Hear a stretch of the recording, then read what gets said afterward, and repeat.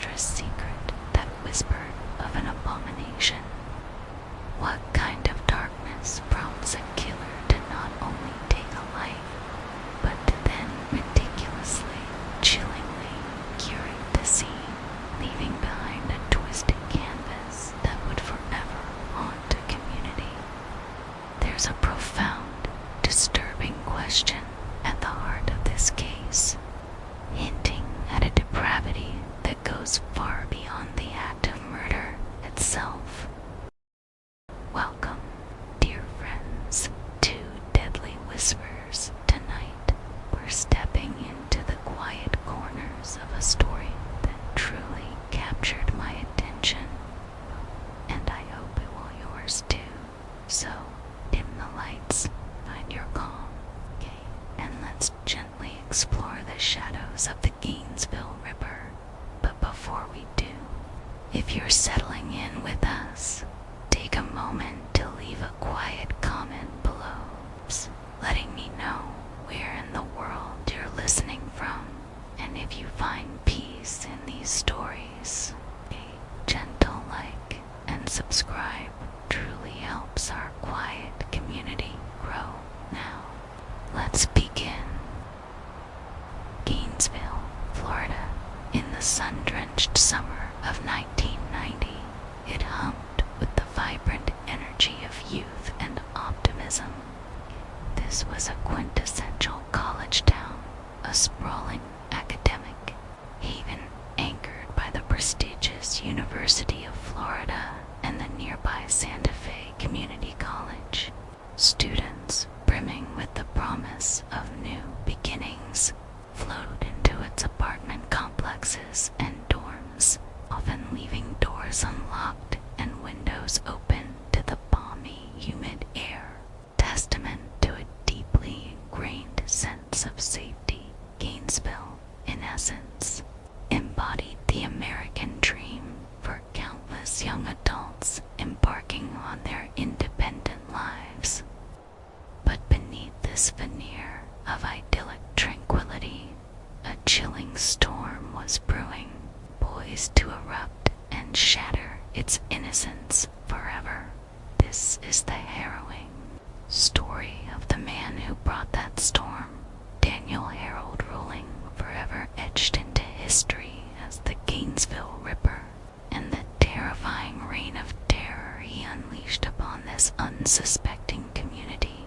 To truly grasp the depths of the monster, we must first glimpse into the origins of the man. Daniel Harold Rowling was born in Shreveport, Louisiana, in 1954, into a household steeped in profound dysfunction and relentless violence. His father, James Rowling, a police officer and Korean War veteran, was a man consumed by his own intractable demons. Whether they were the lingering shadows of PTSD or an innate severe mental illness, James inflicted horrific physical and psychological abuse on Danny from his earliest days. Imagine, if you can, they be subjected to regular brutal beatings. Picture a young boy growing up forbidden to eat with his own family, relegated to a separate table, denied the most basic human connection and warmth of shared meals, or even the simple act of sitting with his father to watch TV. This wasn't merely neglect, it was a systematic campaign of dehumanization. When Danny was just 5 years old, he endured a truly searing trauma. He witnessed his own father savagely beat a beloved family puppy to death, an act of casual, chilling cruelty that would undoubtedly sear itself into his developing psyche, and teaching him a devastating lesson about power and pain. His mother, Claudia, also a victim of James's relentless domestic violence, made multiple desperate suicide attempts, only to be repeatedly drawn back into the abusive cycle by James's empty, manipulative promises.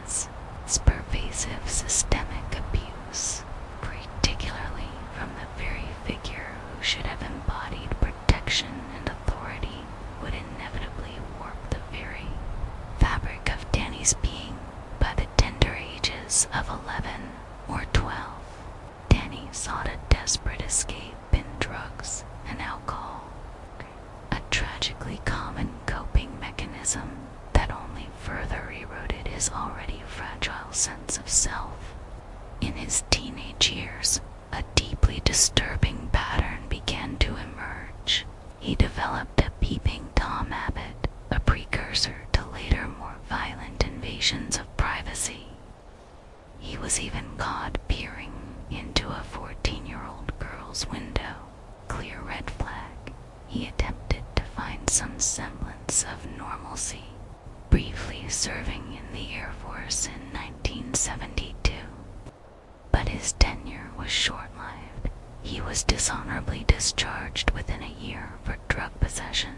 He even married Omather Halko and had a daughter, but the insidious cycle of abuse he had endured soon resurfaced in his own behavior, leading to the dissolution of his marriage. Rolling then descended further into a life of crime, accumulating a rap sheet of armed robberies, serving time in prisons across Georgia, Alabama, and Mississippi throughout the 1980s. His life was a slow, agonizing burn, a relentless descent towards something truly unspeakable. He was a drifting phantom, his past crimes and deeply embedded pathologies, the dark baggage he carried with him, unnoticed, into the unsuspecting college town of Gainesville, the Shreveport shadow, a chilling prelude. Remember 1989? The terror that would soon grip Florida actually cast its first dark shadow, not in Gainesville, but in Rawlings' tumultuous hometown of Shreveport, Louisiana, in November 1989. Fresh off being fired from a local restaurant, Rolling broke into the home of 24-year-old Julie Grissom. What transpired next was a chilling precursor, a horrifying rehearsal for the atrocities he would commit in Gainesville. He not only murdered Julie, but also her 8-year-old nephew, Sean, and her 55-year-old father, Tom. The details of Julie Grissom's murder were strikingly, sickeningly similar to the later Gainesville attacks. Her body was desecrated, meticulously cleaned, posed in a sexually suggestive manner, a perverse signature at the time. These triple homicides remained unsolved, a grim, unanswered question that would hang over Shreveport, unaware of its core. Grim connection to the future, the sheer audacity of these acts, the intimate violence within a family home, spoke volumes about the escalating depravity within Rolling. A man already a ghost in his own life, now becoming a ghost of death for others, a son's reckoning, the shot that sent him fleeing. May 1990, the breaking point in Danny Rawlings' tormented relationship with his father came in May 1990, following a final, violent argument that epitomized their brutal history. Rolling committed an unthinkable act. He shot James Rolling in the abdomen and the head.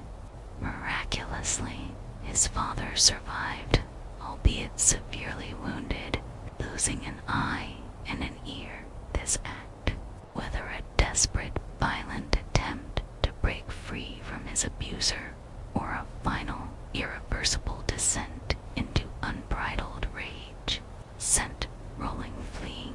He escaped Louisiana, eventually finding his way to Florida, seeking anonymity under the assumed identity of Michael Kennedy Jr.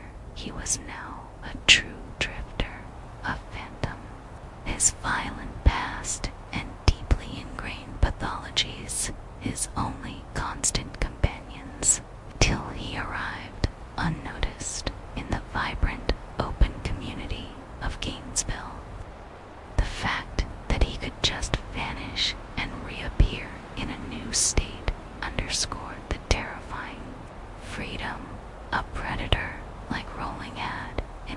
disconnected world, a chilling detail for modern audiences used to immediate tracking.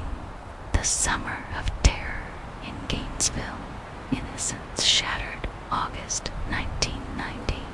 Upon arriving in Gainesville, Rowling didn't seek integration, he sought a hunting ground.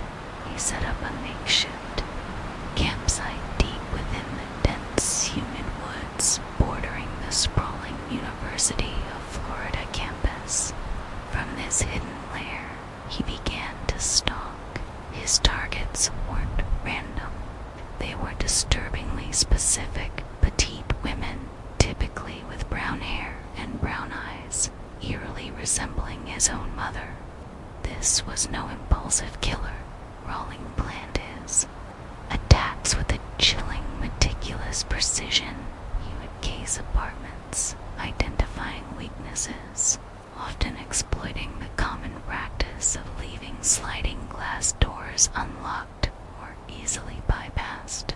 His primary tool for entry was frequently a screwdriver, used to silently force entry, and after committing his unspeakable acts, he would often perform chilling rituals, removing any tape used to bind his victims, and most disturbingly, wiping down the bodies and crime scenes with household cleaning chemicals.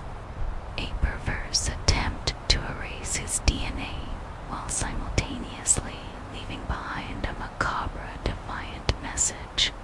The sheer audacity of this, the methodical effort to eliminate every trace, spoke to a cold, calculated mind that chillingly believed it was untouchable. The brutality began in rapid, terrifying succession, each act escalating in its depravity. August 24th, 1990, Christina Powell and Sonia Larson. The nightmare began. Rowling broke into the apartment of 17-year-old UF freshman Christina Powell and her 18-year-old roommate, Sonia Larson. What transpired next defies comprehension. Even for veteran investigators, Sonia was stabbed 20 times, her body bearing the desperate marks of a fierce struggle for her life. A heartbreaking testament to her fight, Christina was savagely raped and stabbed 5 times in the back, her nipple brutally severed. Both young women's bodies were found, naked, posed in grotesque, sexually suggestive positions, a chilling signature that would become synonymous with Rowling's reign of terror. The scene, according to first responders, was something out of a horror film. Blood was everywhere, yet the bodies themselves had been meticulously cleaned with household products in a futile, sickening attempt to remove evidence. The air was thick with the metallic smell of blood mixed with the acrid scent of bleach, and then a single, unsettling detail was left behind on the counter, a banana peel, as if mocking the horror that had just transpired. A casual, taunting gesture to the investigators who would soon arrive. This seemingly mundane item left amidst such carnage felt like a personal challenge, a sneering defiance from the killer. The investigators, their faces grim, knew instantly this was no ordinary crime. The level of violence, the post-mortem staging, bizarre signature, it screamed of a new kind of evil. In Gainesville, August 25th, 1990. Krista, wait. The terror continued, a chilling testament to Rowling's insatiable bloodlust.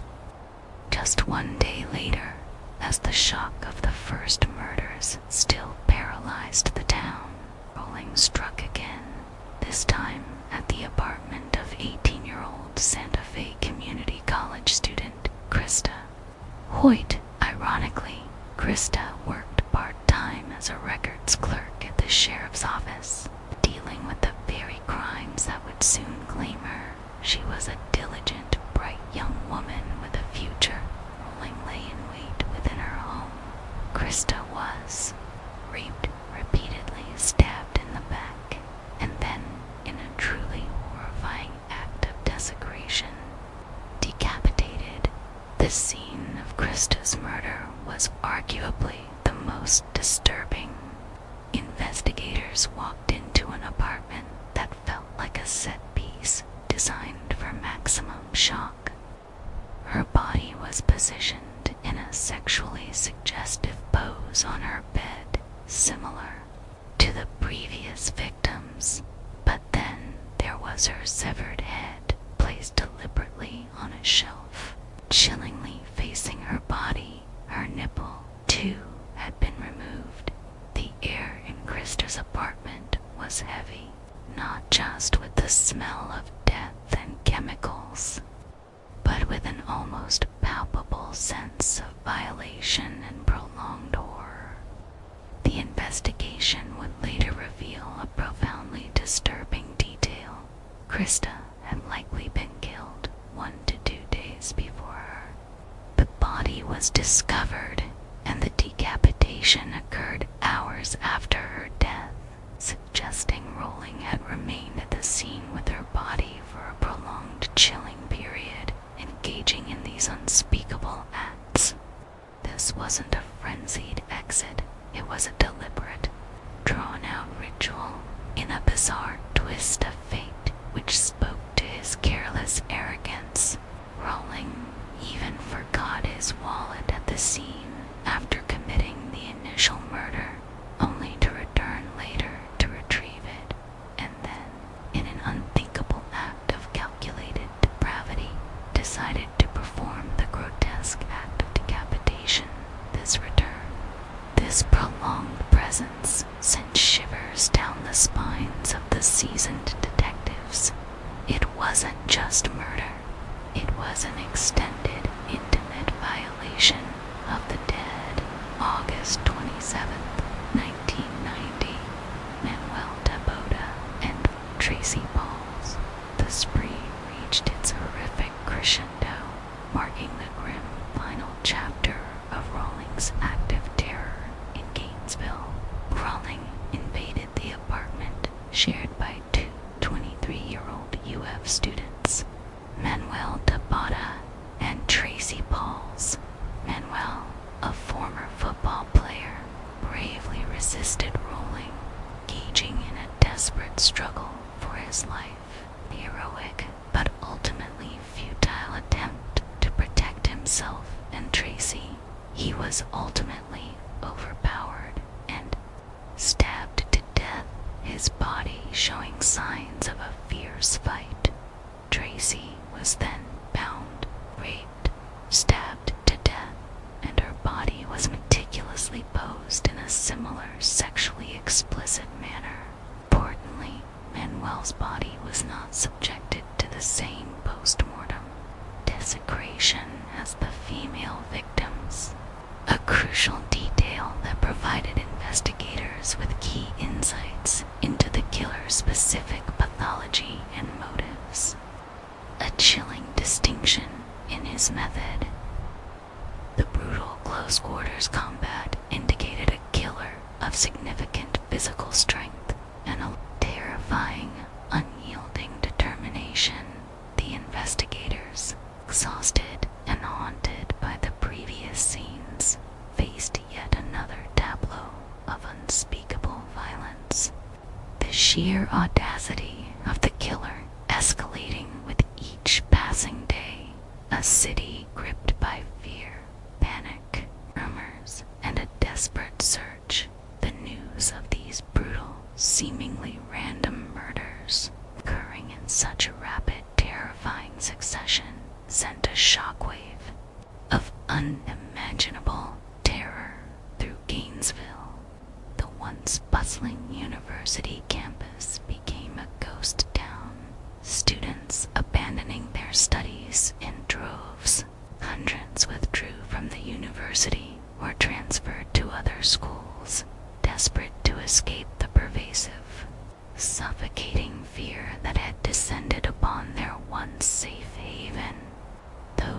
remained, lived in a state of hypervigilance, frantically purchasing firearms, pepper spray, baseball bats, and anything else that could offer a semblance of self-protection.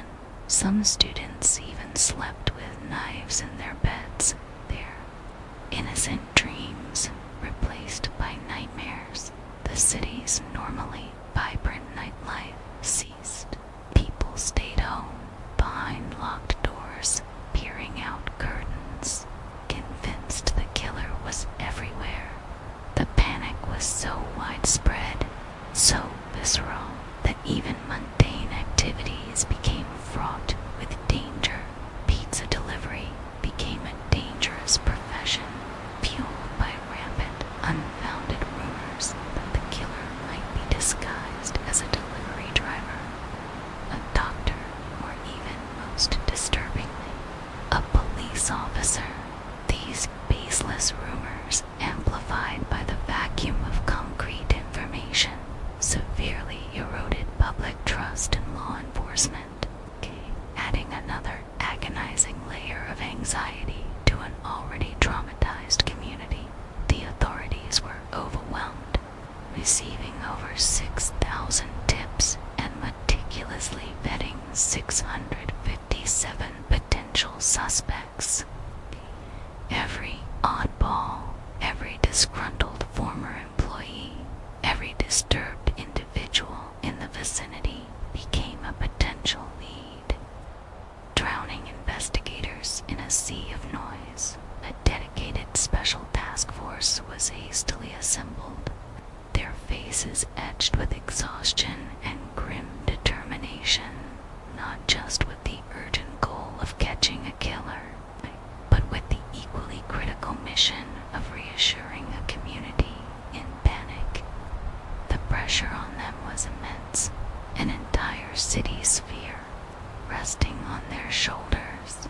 The initial suspect, a tragic misstep early in the investigation, the intense public pressure for answers, and a desperate need for a culprit led to an initial primary suspect. Edward Lewis Humphrey, a UF student with a documented history of mental illness and erratic behavior.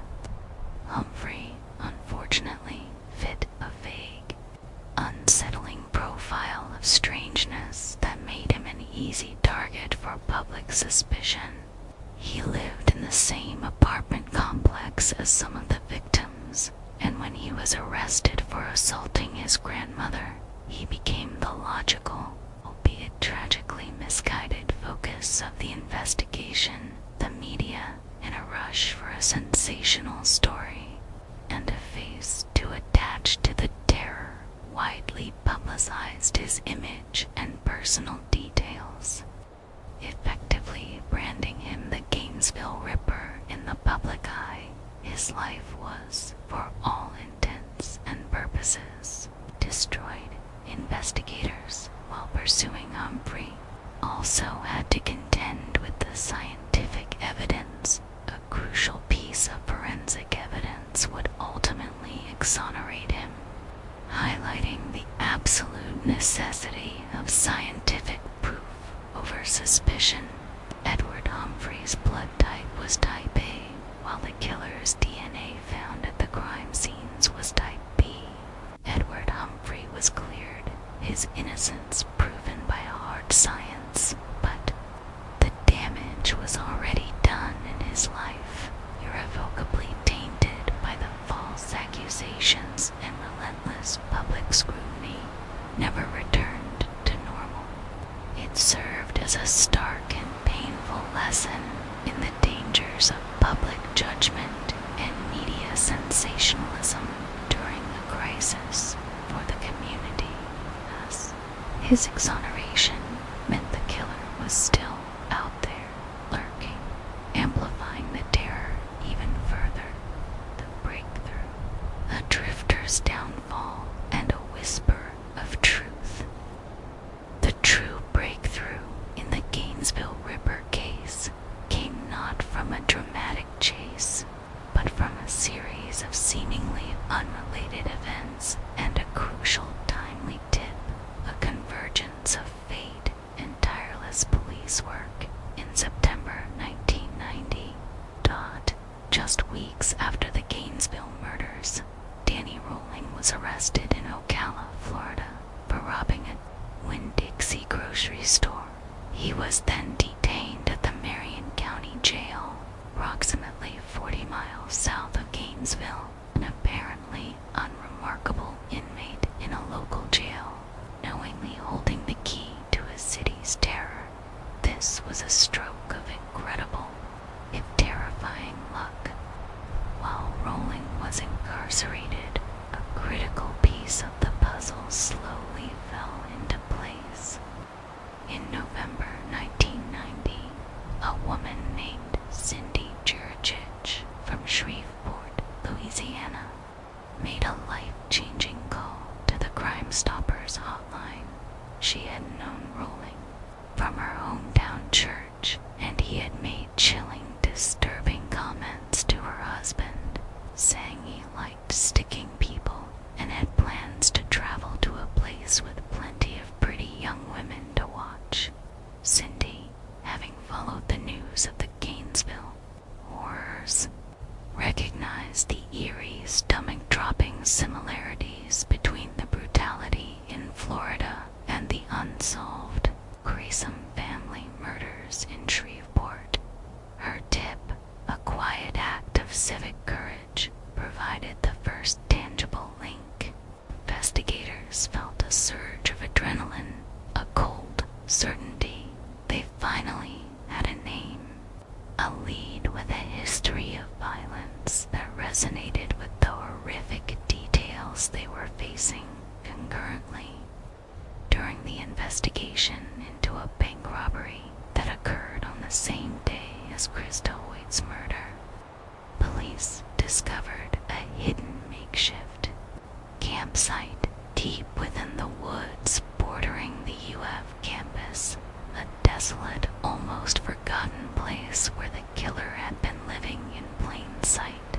There, they found several pieces of evidence: a screwdriver, the likely tool used for forced entry into the apartments, a money bag stained with exploded red dye from the bank robbery, and, most crucially, a cassette tape recorder. The contents of that cassette tape were chilling beyond measure.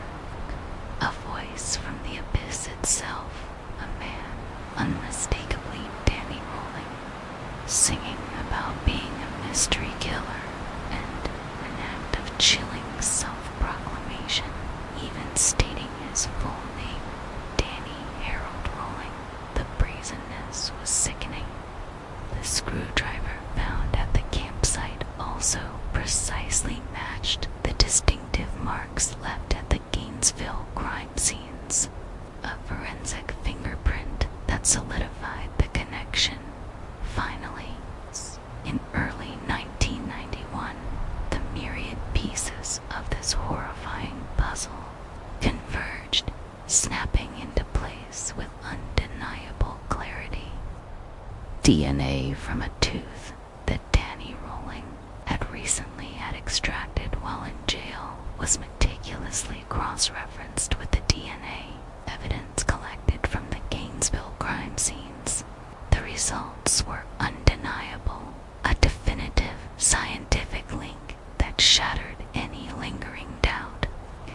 It was a 100% match. The hunt was over.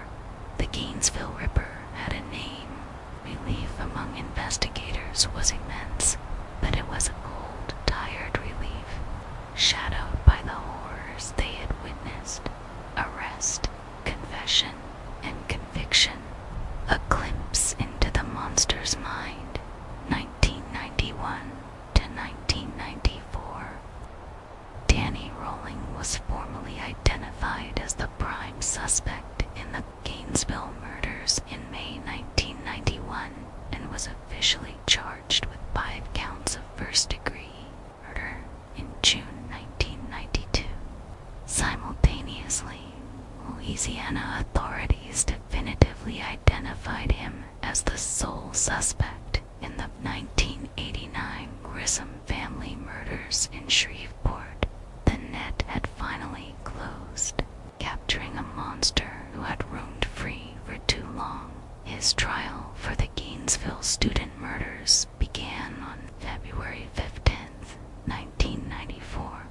What happened next shocked the courtroom and the nation.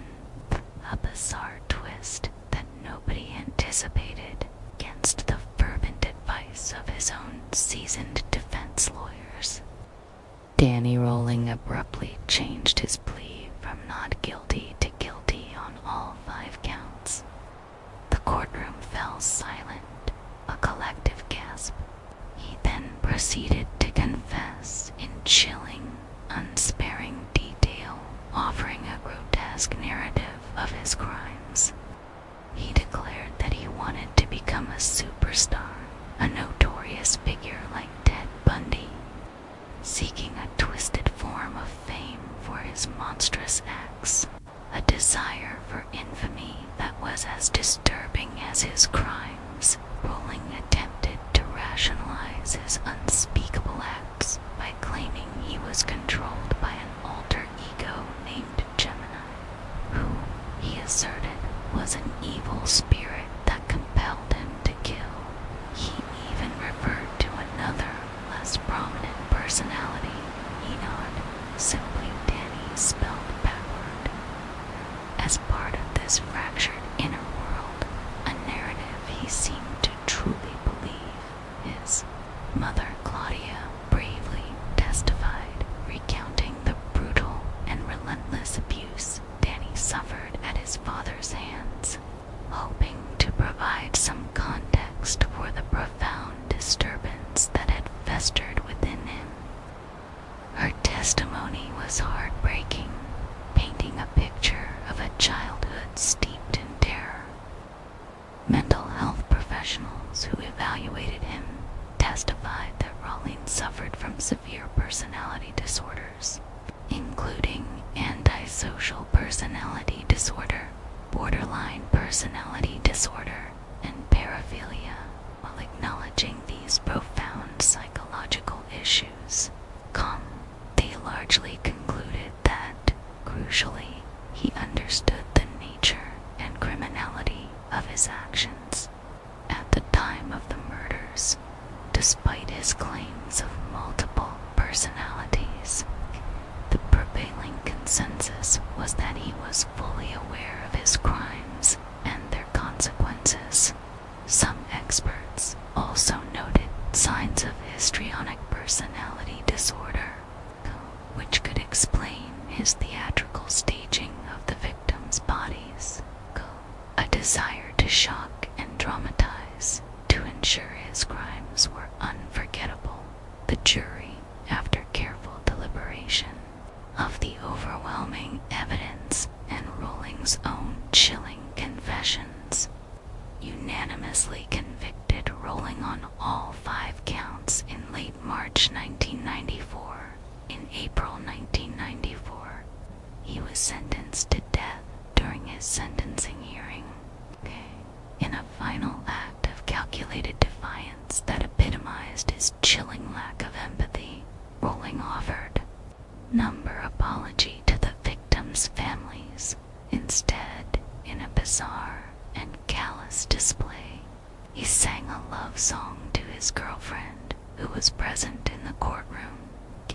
An almost unbelievable act of callousness. The final act, Accusation, and a lasting, horrific legacy. 2006.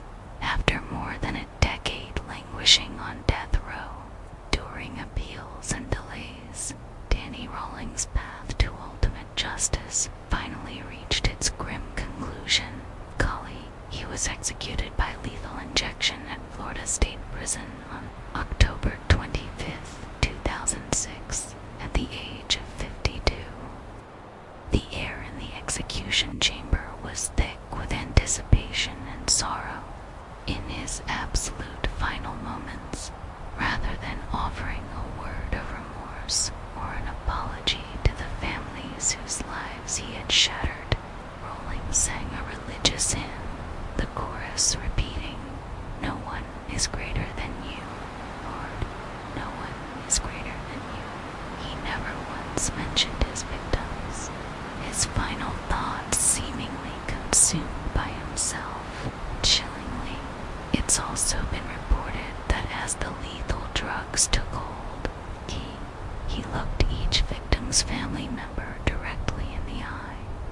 final unrepentant act of defiance, a last assertion of his twisted power just before his execution.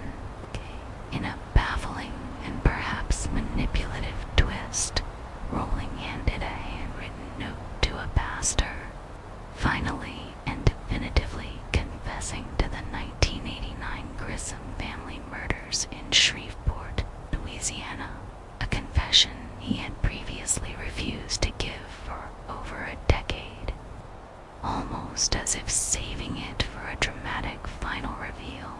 He also chillingly claimed his motive was to kill one person for every year he had spent in prison for armed robbery, totaling 8 years and yearly 8 victims. This motive, a cold, numerical revenge, offered little comfort but a chilling insight into his distorted sense of justice. The Gainesville Ripper left an indelible, horrifying mark, lives on the shattered lives of his victims' families and the traumatized community of Gainesville, but on popular culture itself. His monstrous crimes directly inspired Kevin Williamson to write the screenplay for the iconic 1996 horror film Scream, directed by Wes Craven. The film, released in December 1996, reinvigorated the slasher genre, drawing heavily from the Rowling case. Details like the killer posing victims, the initial suspicion of multiple killers, and Rowling's own bizarre claims of being influenced by The Exorcist III and having an alter ego found their way into the film's narrative, immortalizing, in a twisted sense, the terror he inflicted in 2022. A 2-hour documentary, Shock Docs Scream, The True Story, further explored Rowling's madness and even conducted a paranormal investigation at crime-related sites, showing the enduring fascination with the case. Today, the resilience of Gainesville shines through, a testament to the strength of its people. A poignant memorial stands dedicated to Rowling's victims. A section of a large graffiti wall on 34th Street bears their names, a stark reminder, and palm trees planted in their honor serve as a perpetual living memorial to the young lives so brutally lost and the profound terror endured. Former state attorney Rod Smith still keeps photos of the 5 Gainesville victims prominently in his office, a poignant personal reminder of the enduring fight for justice and the lives that changed Gainesville forever. The city rebuilt, but the scars, though faded, remain. The Gainesville Ripper may be gone, but the chilling lessons of his reign of terror continue to resonate, a stark warning echoing through the quiet streets of a college town that once knew only peace beyond the stark, horrifying timeline of Danny Rowling's crimes. The Gainesville Ripper case leaves behind a lingering, settling trail of unanswered questions and baffling psychological puzzles. These aren't just minor footnotes. They are deeply disturbing ambiguities that continue to mystify, revealing a level of calculated depravity and a twisted self-perception that still defy complete understanding. These twists peel back layers of the conventional serial killer narrative, pushing us into a realm where the monstrous intertwines with the inexplicably bizarre, leaving investigators scrambling and a community paralyzed by fear of the unknown. The enigma of Gemini and a psychological puzzle or calculated performance. most enduringly bizarre and unsettling aspect of Danny Rowling's defense. And indeed, his very self-perception was his insistence on the existence of alternate personalities that he vehemently claimed drove his horrific acts. He famously declared in court that his murders were orchestrated by a malevolent entity he named Gemini. This name, chillingly, wasn't original. Rowling appropriated it directly from the horror film The Exorcist 3, which features a demonic Gemini killer. He even conjured another, less prominent alter ego he called Enod, simply Danny spelled backward. Rowling described these internal forces as evil entities, externalizing the unspeakable acts and attempting to absolve himself of direct responsibility at first glance. This might appear to be a desperate last-ditch effort at an insanity defense, particularly given his purported hope to invoke the satanic panic-style paranoia that made a scapegoat out of a horror cinema in the 1980s. Indeed, psychiatrists who evaluated him did testify that he suffered from severe personality disorders, including antisocial personality disorder, borderline personality disorder, and paraphilia. They largely concluded that, despite these profound psychological issues, he understood the nature and criminality of his actions at the time of the murders. However, later assessments conducted while he was in prison reportedly determined that he did not actually suffer from dissociative identity disorder, formerly known as multiple personality disorder. Yet, despite the professional consensus, the chilling persistence and sheer theatricality of Rowling's claims leave a lingering, uncomfortable question mark. His own mother, Claudia, recounted in court that his face changed when he spoke of having multiple evil personalities within him. A disturbing, visceral detail from someone who knew him intimately. A prison guard also noted a profound shift. Rowling was generally a pretty nice guy with sad eyes until a woman was present, at which point his whole attitude would change and you could actually see the evil. This observed, almost instantaneous transformation by those close to him adds a layer of unsettling complexity to his Gemini narrative. Was this a truly profound delusion, a genuine fragmentation of a deeply disturbed mind, even if it didn't meet a formal diagnostic criterion? Or was it a remarkably sophisticated and calculated manipulation designed to craft a narrative that would both explain his unspeakable acts and perhaps elicit a twisted form of understanding or even sympathy? Or could it have been something else entirely, a manifestation of a deeper, perhaps unclassifiable, psychological disturbance that presented itself as evil person? The ambiguity surrounding Gemini and Enod means we may never fully grasp the true internal landscape of Danny Rowling's mind, making his motivations even more terrifyingly opaque. It forces us to confront whether the human mind, way under extreme duress or pathological development, can truly fracture in ways that defy conventional diagnostic labels, or if the darkest acts can be cloaked in a chilling theatrical narrative of self-deception and delusion.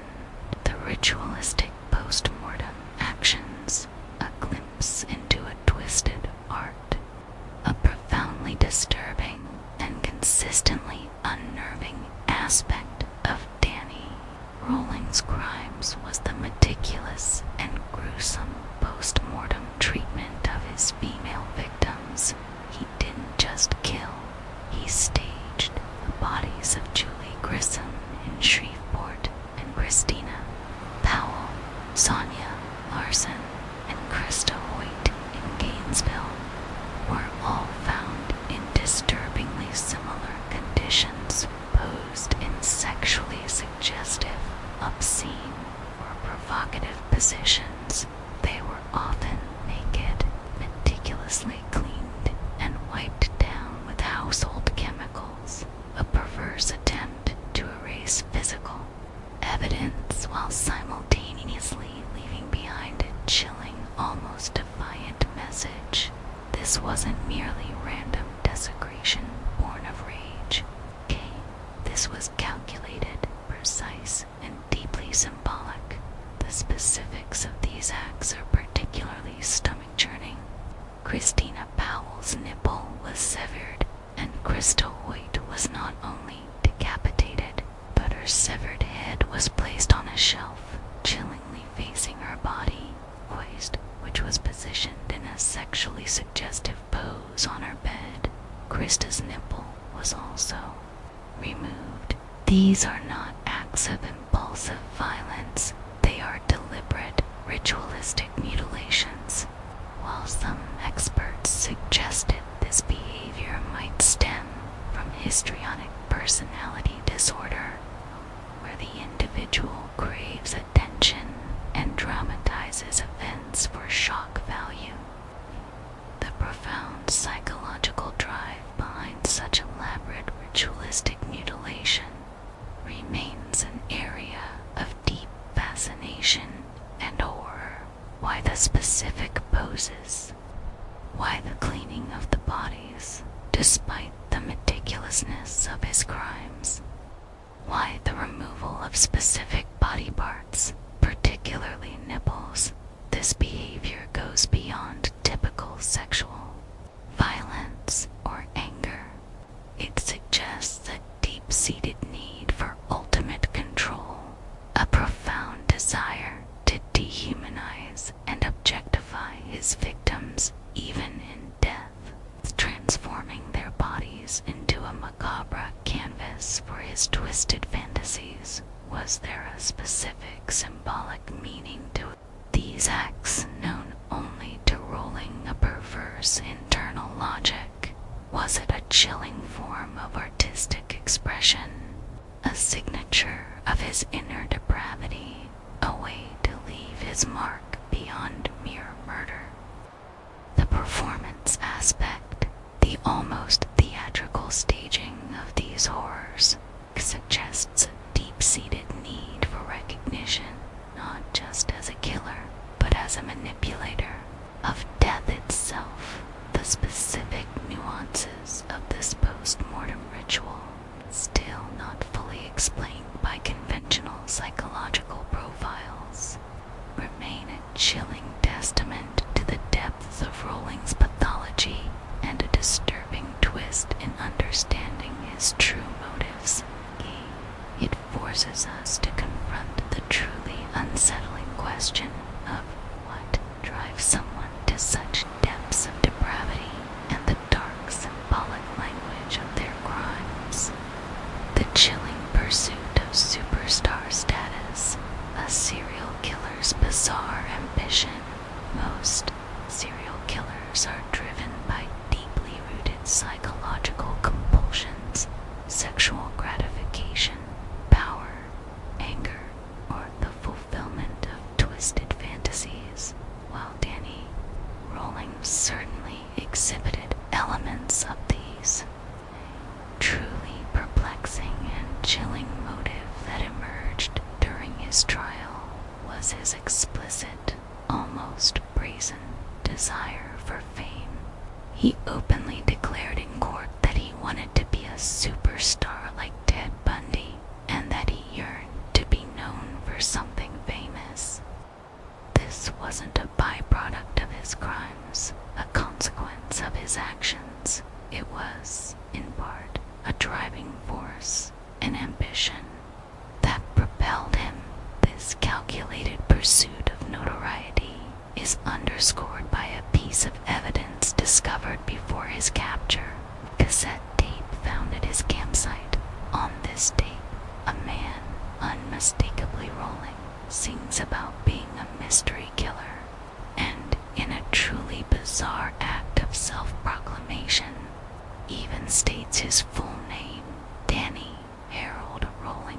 This pre-crime recording is almost like a self-fulfilling prophecy or a horrifying audition tape for infamy.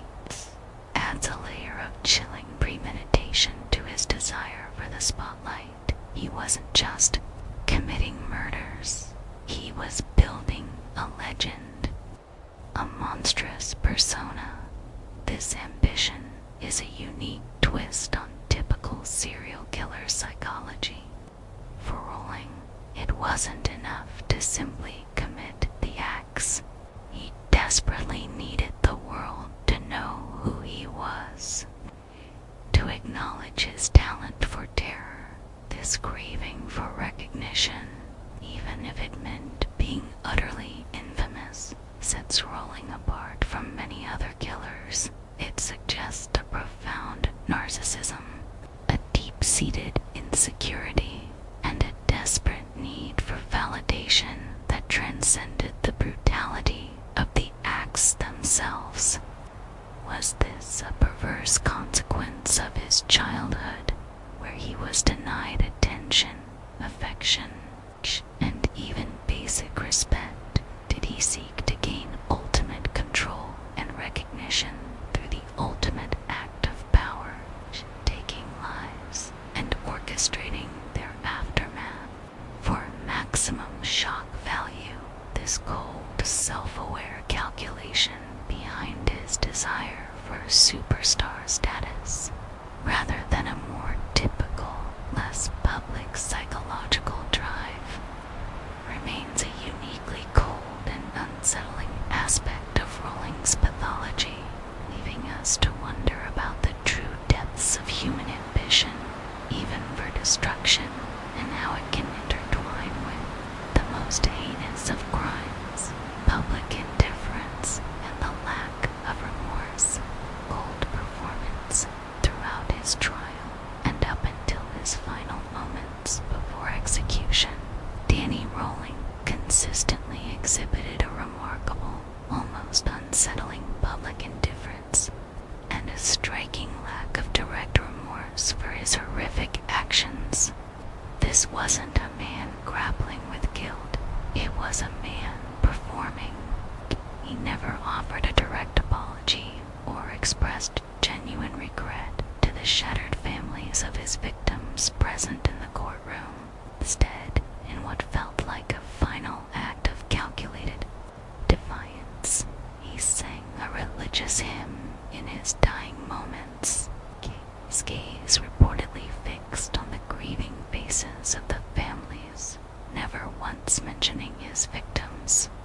While he eventually, just before his execution, he provided a handwritten note confessing to the Shreveport murders, a confession he had stubbornly refused to give for over a decade. This delayed and indirect acknowledgement felt less like true contrition and more like a final strategic move.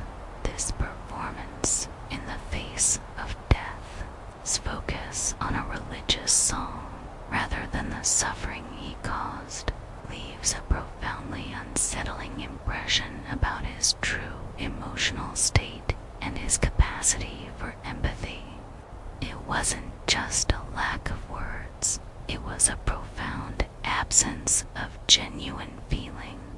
This twist, the enduring indifference of a man who committed such unspeakable atrocities, remains a chilling reminder that not all criminals fit neatly into psychological profiles of remorse or regret. It forces us to confront the uncomfortable reality that some individuals are truly devoid of a conscience, operating on a different plane of morality and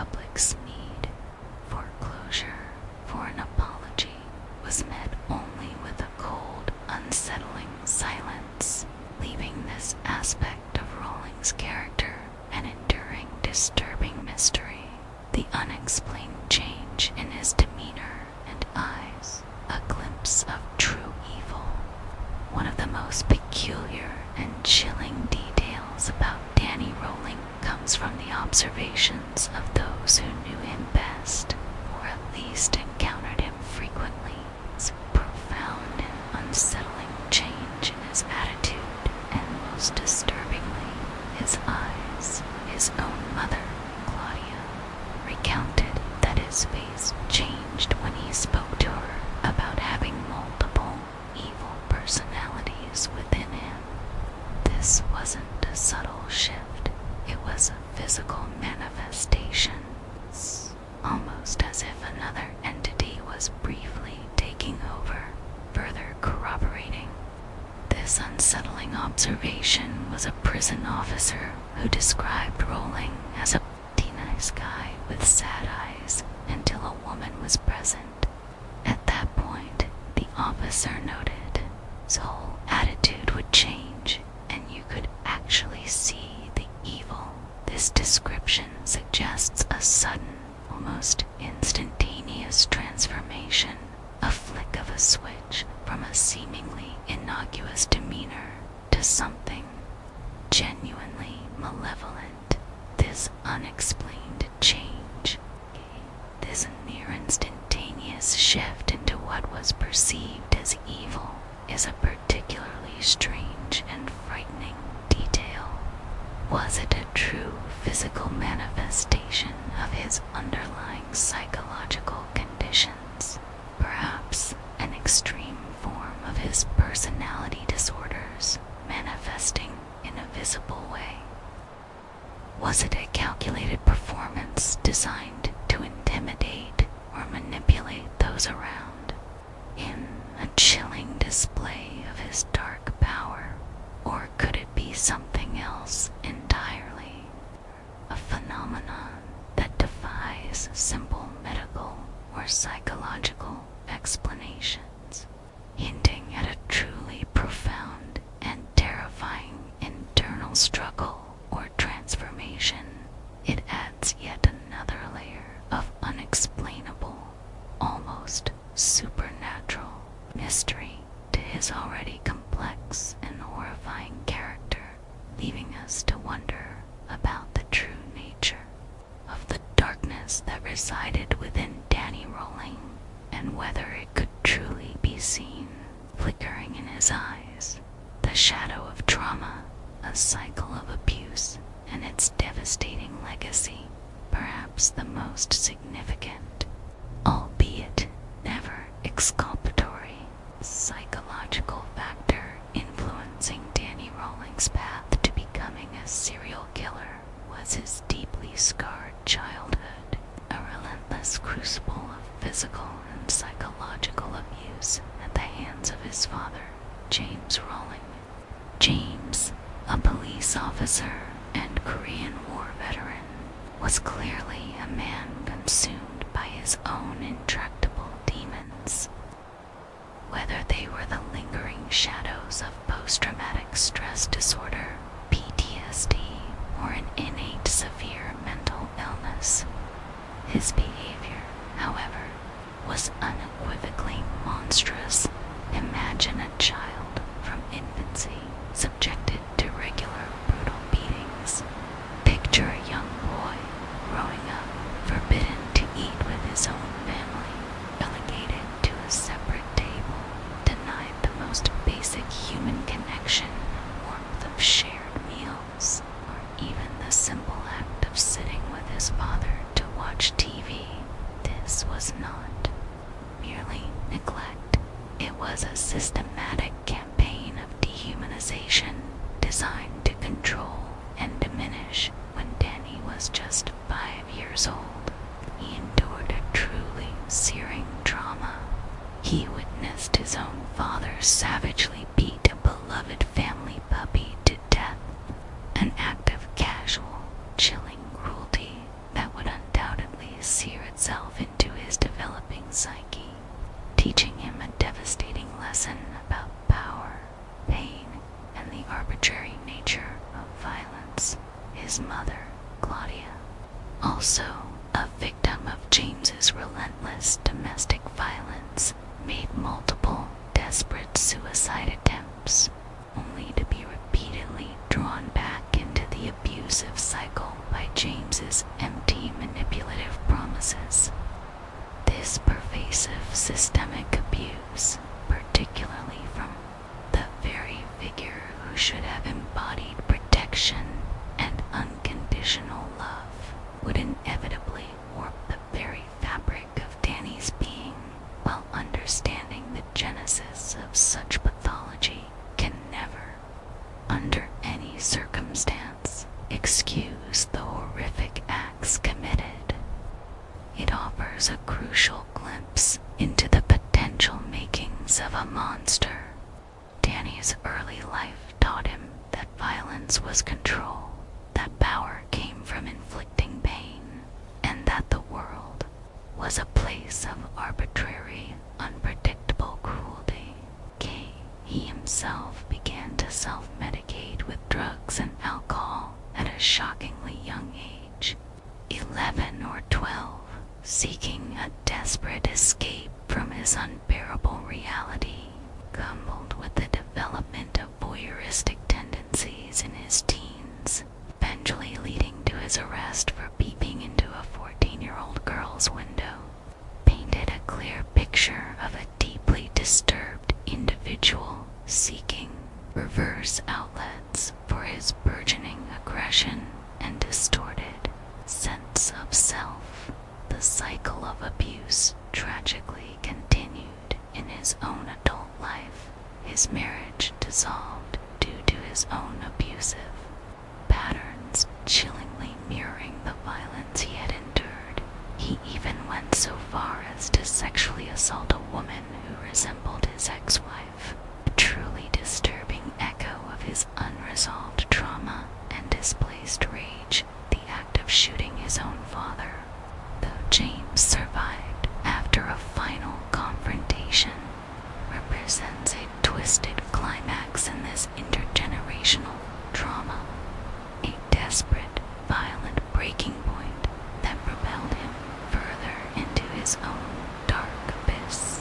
Poland's repeated assertions of having multiple personalities, particularly Gemini, while ultimately not a clinical diagnosis of dissociative identity disorder, can be seen as a desperate, albeit warped coping mechanism, a way for his fractured mind to compartmentalize the unspeakable reality of his actions and the profound internal pain. He sought to project the blame onto an externalized evil, perhaps unable to fully integrate the horrifying truth of his own capacity for violence. This profound psychological scarring, while not an excuse, provides a deeply unsettling context for the malevolent individual he became, serving as a powerful, albeit tragic, reminder that the wounds of childhood, particularly those inflicted by the very people meant to protect us, can fester into a darkness capable of unimaginable harm. We must always distinguish between understanding the roots of a monster and excusing their monstrous acts, the perils of panic and media scrutiny. A cautionary tale for society. The Gainesville Ripper case serves as a stark cautionary tale about the destructive power of mass panic and the unintended, often devastating consequences of unchecked media scrutiny. When the murders first began, a wave of palpable fear swept through Gainesville. The sudden, inexplicable nature of the attacks, coupled with the extreme brutality and rapid succession, plunged the community into a state of near hysteria. This widespread fear manifested in tangible, almost surreal ways. Students fled the university in droves. Self-defense items vanished from store shelves. Gade and rumor and speculation ran rampant, often overshadowing facts. The very act of ordering a pizza became a perilous endeavor, fueled by whispers that the killer might be disguised as a delivery driver.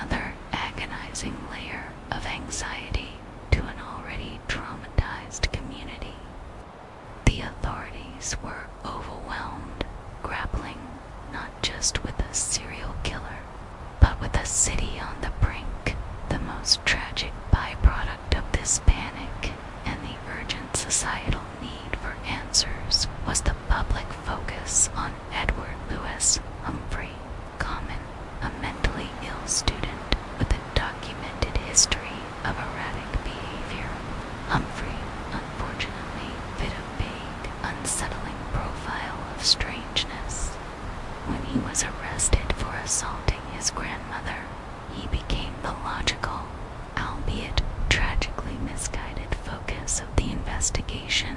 The media, in a rush for a sensational story, widely publicized his image and personal details, effectively branding him the Gainesville Ripper in the public imagination. Despite DNA evidence ultimately exonerating him, his blood type, type A, definitively did not match the killer's type B found at the crime scenes. The damage was already irreparable, as extensively documented. Edward Humphrey's life never returned to normal. He was publicly vilified, his reputation shattered, died, and his privacy irrevocably lost, all before his innocence was proven. This segment of the story highlights a critical, enduring lesson in the desperate rush for answers, especially when fear grips a community. The urge to assign blame quickly can have profoundly devastating consequences for innocent individuals. It underscores the profound responsibility of both law enforcement and the media to exercise extreme caution, verify information thoroughly, and prioritize accuracy over sensationalism. Edward Humphrey's tragic fate is a chilling reminder of the collateral damage of public speculation, the immense power of a narrative, and the vital importance of due process and confirmed facts over hurried accusations. It serves as a somber warning about how quickly a fearful society can turn on its own care, and the lasting scars left on those mistakenly caught in the terrifying glare of suspicion.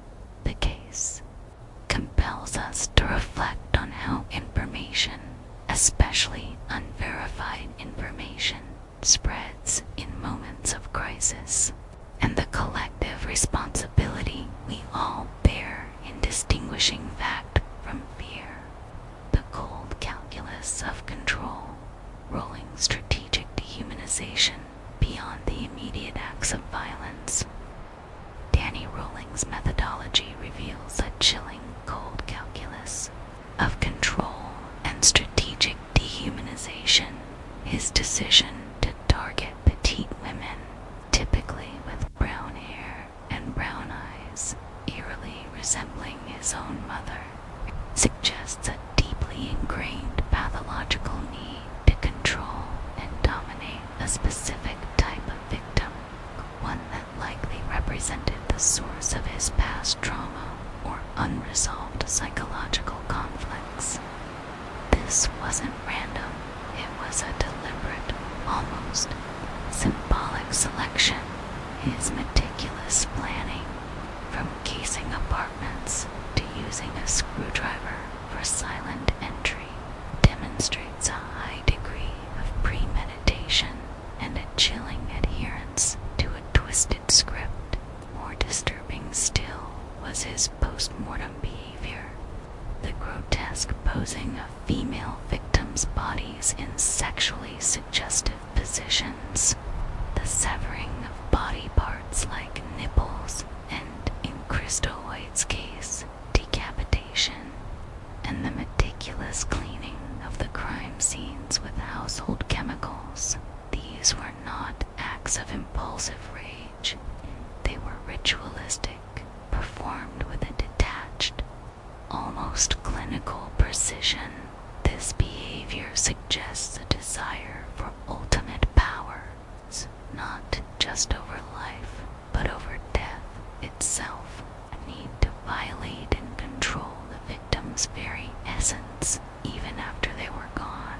The shock value he sought, as some experts suggested, was not just for the police or the public. It was likely for himself, fulfilling a profound internal psychological need to assert dominance and leave an undeniable, horrifying mark. pathology points to a severe paraphilia combined with deeply entrenched antisocial and histrionic personality traits, or the theatricality of his crimes fed into his distorted self-image and desire for notoriety. The enduring quest for closure, justice, memory, and moving forward, the Gainesville Ripper case underscores the enduring, often elusive quest for closure for victims and their communities. While Danny Rolling was apprehended, convicted, and executed, the psychological wounds left by his reign of terror remain the families of Christina Powell, Sonia Larson, Krista Hoyt, Manuel Taboda, and Tracy Pauls carry an unimaginable burden of grief and trauma. Their courageous presence throughout the trial and their ongoing efforts to keep their loved ones' memories alive speak volumes about the resilience of the human spirit in the face of profound evil. The memorials in Gainesville, the graffiti wall, the planted palm trees, serve as vital reminders that while a killer's name may be remembered, it is the vibrant lives lost that truly deserve to be honored and never forgotten.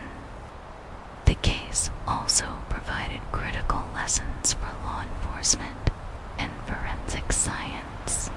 The crucial role of DNA evidence, particularly the match from Rolling's extracted tooth, demonstrated the escalating power of forensic technology in solving complex, seemingly unsolvable crimes. It highlighted the need for rigorous collection and preservation of evidence, and the painstaking work involved in connecting seemingly disparate pieces of a puzzle. Furthermore, the handling of initial suspects like Edward Humphrey served as a stark lesson in the ethical responsibilities of media reporting and the potential for public opinion to derail justice if not carefully managed. Ultimately, the Gainesville Ripper case forces us to reflect on fundamental questions about justice, accountability, and the nature of evil. How do societies heal from such collective trauma? What is our responsibility to understand the complex origins of violence without excusing it? And how do we ensure that the lessons learned from such dark chapters about vigilance, compassion, and the pursuit of truth are carried forward to protect future generations? The story of Gainesville is not just a historical crime.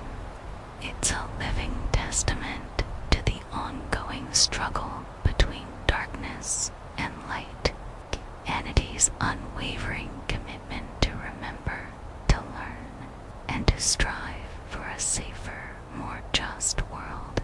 The chilling saga of Danny Rolling, the Gainesville Ripper, stands as an indelible and profoundly disturbing chapter in the annals of true crime. It's a story that transcends a mere recounting of horrific acts. It's a stark examination of the profound fragility of peace in a seemingly ordinary college town, irrevocably shattered by a predator's dark, incomprehensible desires. We've delved into the terrifying details of his reign of terror, traced the meticulous yet chilling methods he employed, and attempted to understand the complex, disturbing landscape of his mind. A psyche deeply scarred by childhood trauma, fueled by a perverse desire for twisted fame, and utterly devoid of genuine remorse. The echoes of that sweltering August of 1990 still resonate today, not just in the memories of those who lived through the pervasive fear, but in the very fabric of how we perceive safety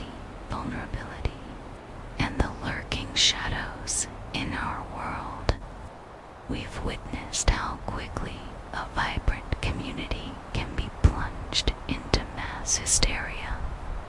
How unchecked rumors can take root and spread like wildfire, and how the relentless glare of public scrutiny, however well-intentioned, can tragically devastate innocent lives.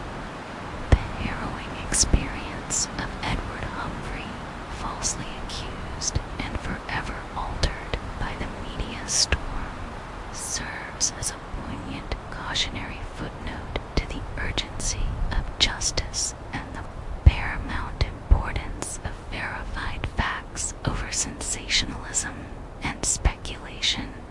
It's a stark reminder that in our desperate need for answers, we must never sacrifice the truth or the lives of the innocent. But this narrative also holds profound lessons of resilience, of unwavering human spirit. It reminds us of the unyielding strength displayed by the victims' families who, despite bearing an unimaginable burden of grief, transformed their sorrow into a powerful force for remembrance and advocacy. It highlights the meticulous dedication of law enforcement who, amidst unprecedented pressure and a torrent of false leads, painstakingly piece together the puzzle, ultimately bringing a monster to justice. The very act of a community rallying, of people coming together to support one another, to build memorials, and to simply exist in the face of such terror, is a testament to the enduring power of human connection. As we close this chapter on the Gainesville Ripper, the case compels us to look beyond the sensational headlines and to confront deeper, more uncomfortable truths about ourselves and our society. What does it truly mean to understand the origins of evil, particularly when it seems to stem from a tormented past, yet blossoms into such calculated, remorseless cruelty? Rowling's baffling claims of Gemini and his theatrical lack of remorse leave us with a chilling ambiguity about the true nature of his pathology. Was he a master manipulator to the very end, or was his mind fractured in ways we still struggle to comprehend? Furthermore, this case pushes us to ask, how do we, as a society, navigate the delicate balance between our innate human need for answers and security, and the crucial imperative of protecting the innocent from the crushing weight of public suspicion? How do we ensure that the lessons learned from such dark chapters about vigilance, about compassion, and about the painstaking pursuit of truth, tarred, not forgotten, are carried forward to protect future generations? The story of Gainesville is not merely a historical crime. It's a living testament to the ongoing struggle between darkness and light, in humanity's unwavering commitment to remember, to learn, and to strive for a safer, more just world. It's a somber mirror reflecting our deepest fears and our most profound strengths.